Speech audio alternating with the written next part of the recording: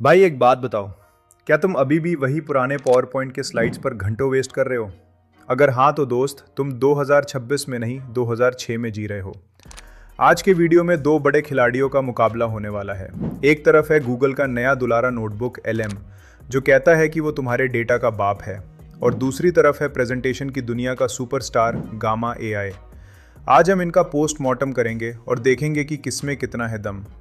क्या notebook LM का slide deck feature gamma को टक्कर दे पाएगा, या गामा अभी भी किंग है? सब कुछ बताऊंगा step by step walk through के साथ। तो कुर्सी की पेटी बांध लो, क्योंकि ये कंपैरिजन नेक्स्ट लेवल होने वाला है। चलो शुरू करते हैं नोटबुक LM से। Let's log in to Notebook LM first. Google का नोटबुक LM काफ़ी फीचर पैक्ड है। अगर आप इसका डिटेल वॉक थ्रू देखना चाहते हो तो ऊपर लिंक पर क्लिक करो। नोटबुक LM में सबसे पहले आपको एक नोटबुक क्रिएट करनी है, for which you will simply click on create new notebook. उसके बाद आपको ये सोर्सेज ऐड करने का ऑप्शन दिखेगा, and you can add multiple type of sources all in one go. चाहे फाइल्स अपलोड करनी हो, यूट्यूब वीडियो लिंक्स हो, वेब पेजेस हो, या इवन टेक्स्ट हो, आप सभी सोर्सेज पहले ही ऐड कर सकते हैं। It will sum up all the sources and create a notebook. Now after you have a notebook created, जैसे I have this notebook regarding Zensar tech shares.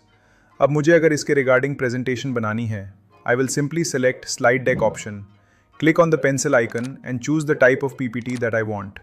Detailed या presenter. I will choose presenter option here and write my topic for the presentation. Should you buy the Zensar Tech shares in next 2 months? And click generate. बस इतना ही करना है।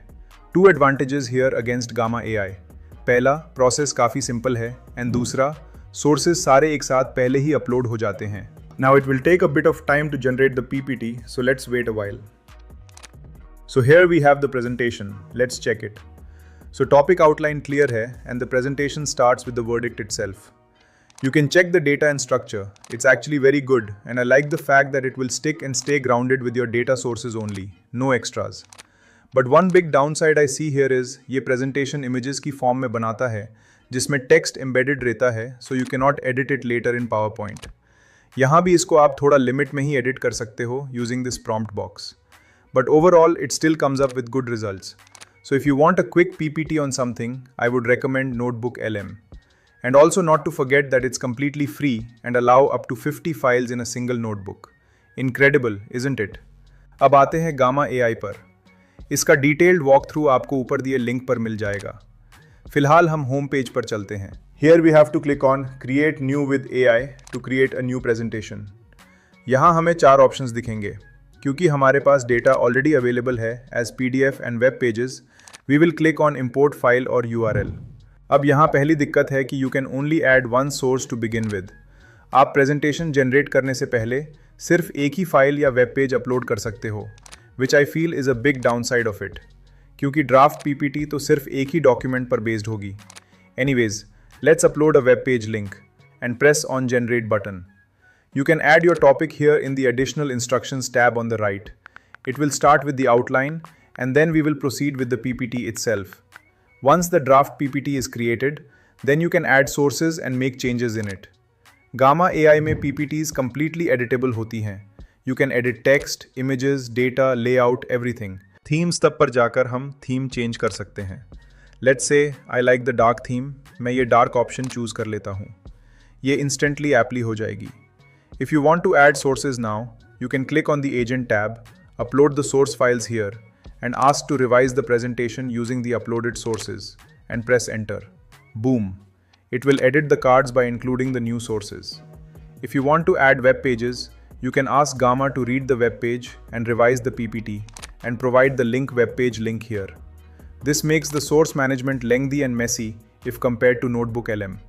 So Notebook LM सही कहता है कि वो डेटा मैनेजमेंट में सबका बाप है।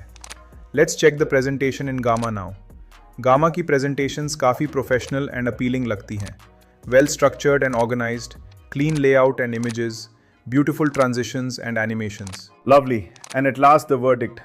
Great. You can actually edit every component in it, which gives it a great advantage over the Notebook LM. So if you are more focused on the presentation's look and structure and have well organized and a fewer data files, go for Gamma. One pro tip here is, अगर आप Gamma use करते हो तो it's better कि आप सारी sources की पहले ही एक फाइल बना लो and upload करो. It will give you better results and use lesser credits. Oh, I forgot to mention कि गामा में आपको 400 क्रेडिट्स ही मिलते हैं, which should make around 8 to 10 PPTs at the most. So ये था notebook LM versus Gamma AI। Summary ये है दोस्तों, अगर तुम स्टूडेंट हो या रिसर्चर हो तो नोटबुक LM तुम्हारा बेस्ट फ्रेंड है, क्योंकि वो बिल्कुल फ्री है और एक्यूरेसी नेक्स्ट लेवल है। पर अगर तुम सेल्स पर्सन हो या मार्केटिंग में हो या कोई और वर्किंग प्रोफेशन में हो तो गामा एक बेहतर टूल है। उसके विजुअल्स और एडिटिंग ऑप्शंस अनबीटेबल है। तो दोस्तों, कैसा लगा ये बैटल? कमेंट में बताओ कि तुम्हारा फेवरेट कौन सा है। अगर मुझे पूछो तो मैं नोटबुक LM से रिसर्च करता हूँ और गामा से design. Best of both worlds भाई। वीडियो पसंद आया तो लाइक ठोको और चैनल को सब्सक्राइब करो, वरना AI की दुनिया में पीछे रह जाओगे। चलो मिलते हैं अगले वीडियो में। तब तक के लिए स्मार्ट बनो, गधे की तरह मेहनत मत करो।